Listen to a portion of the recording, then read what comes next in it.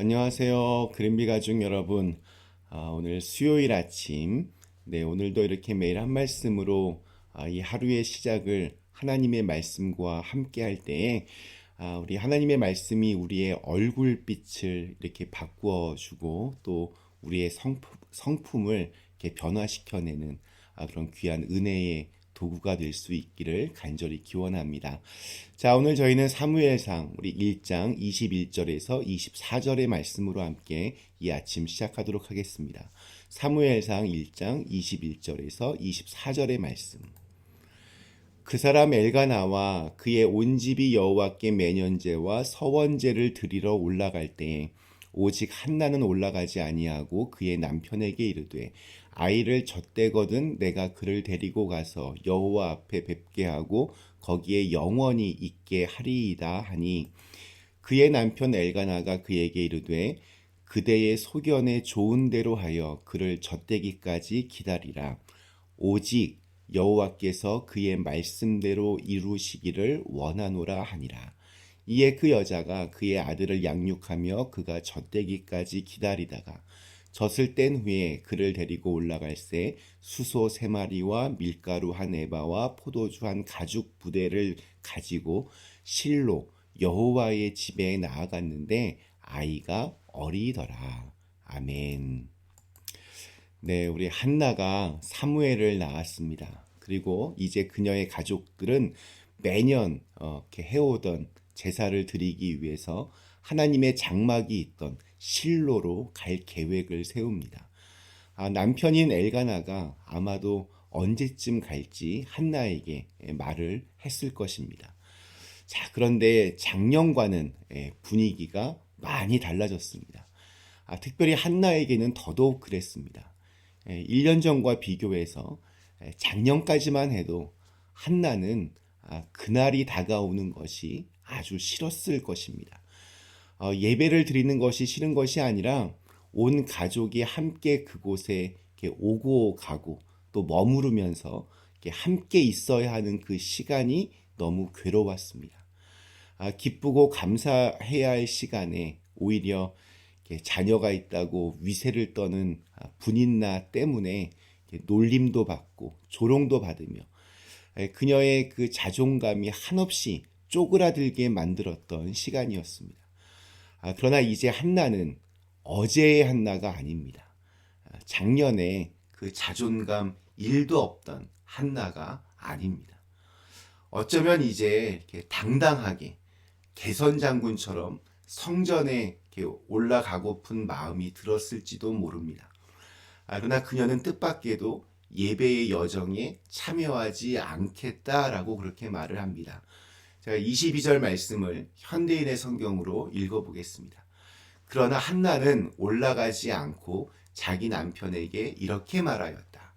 아이가 젖을 때면 내가 직접 그를 여호와의 집으로 데리고 가서 여호와께 바친 다음 평생 동안 그곳에 있도록 하겠습니다. 한나는 자신이 드렸던 서원 기도를 잊지 않고 있었습니다. 하나님께 사무엘을 드릴 때 가장 건강하고 또 가장 바르고 신실한 모습으로 준비된 모습으로 드리기를 소망했습니다. 한나가 몇 년 동안 아들 사무엘과 어떤 모습으로 지냈는지 저는 알지 못합니다. 성경에도 얼마나 함께 있었는지는 나와 있지 않습니다.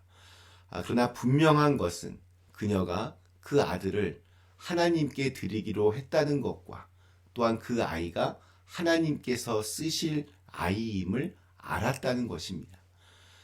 그러니 그녀가 이 한나가 그 시간들을 어떻게 보냈겠습니까?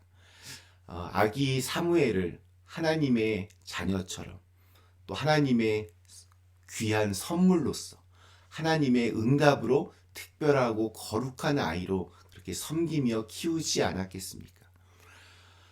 저는 사람의 어떤 천재성을 믿습니다. 하나님이 주신 아주 고유하고 탁월한 재능이 있는 사람들이 있습니다. 평범한 보통의 사람들과는 다른 특별한 사람들이 분명히 있습니다.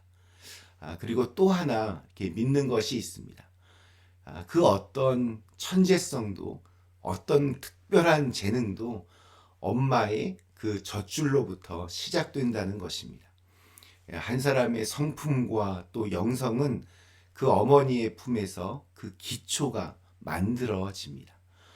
한나는 사무엘과 지금 그런 시간을 보내고 있었습니다.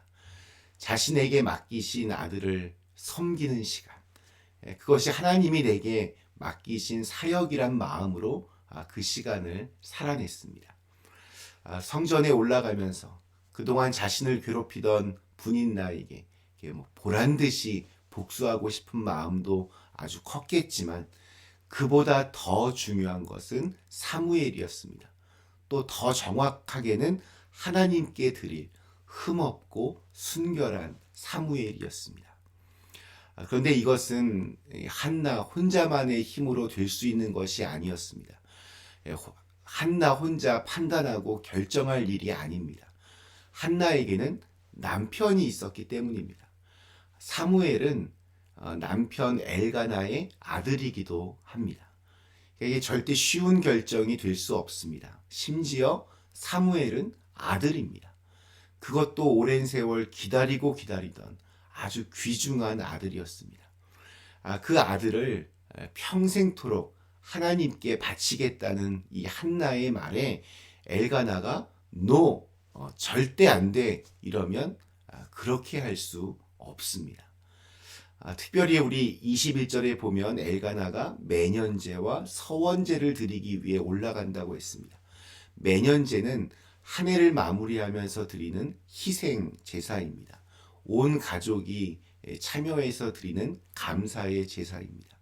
그리고 서원제는 우리 민수기 30장에 그 기원이 기록되어 있는데 하나님께 맹세하며 드린 기도가 온전히 이루어지도록 제물을 바치면서 이렇게 확증하는 그러한 제사입니다. 이때 가족이 한 서원의 최종 결정은 가장의 권한입니다. 아내가 한 서원은 남편이 허락할 때만 그 효력이 발생합니다.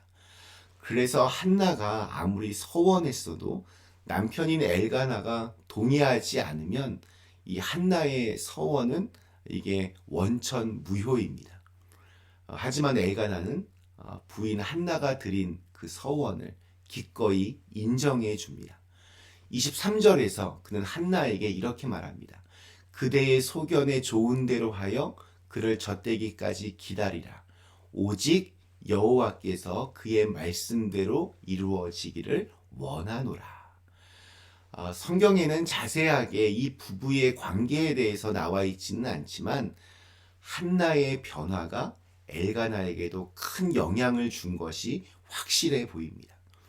한나가 기도한 후에 그녀의 달라진 모습을 두 눈으로 보고 있던 엘가나가 이 아이는 하나님께서 주신 선물이구나 깨닫게 됩니다. 엘가나는 이 한나라고 하는 렌즈를 통해서 사무엘이 하나님께 주신 선물임을 확실하게 그렇게 믿은 것입니다. 그래서 하나님의 말씀이 하나님의 뜻이 이루어지기를 원하노라 이렇게 말한 것입니다.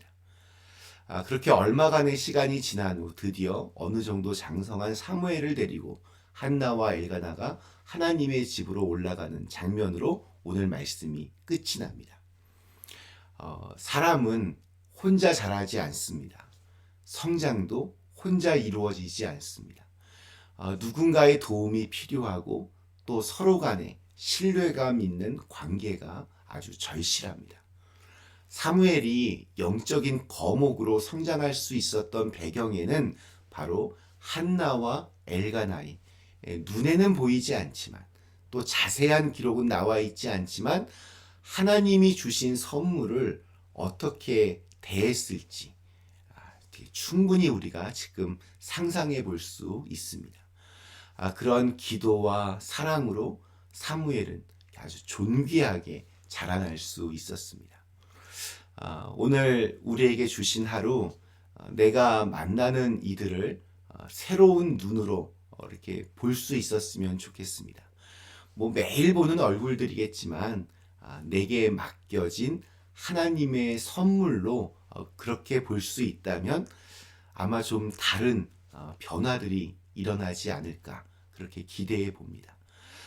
내가 이렇게 변화되고 달라진다면 가족들 역시 달라지고 또 일터가 변화될 것입니다.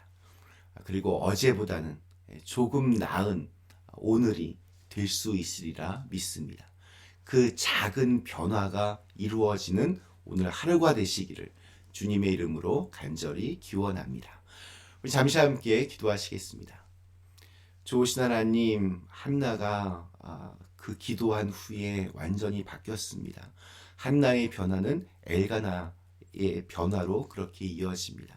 이들은 서로 이 사무엘이 하나님의 주신 선물임을 믿고 한나를 그 약속대로 하나님께 바칩니다. 오늘 우리의 삶의 자리에서도 이렇게 어느 누군가를 바라볼 때 하나님의 선물로 바라볼 수 있게 하시고 또 우리의 작은 변화가 우리의 삶을 변화시키는 귀한 날이 되게 하여 주시옵소서. 예수님의 이름으로 간절히 기도드리옵나이다. 아멘.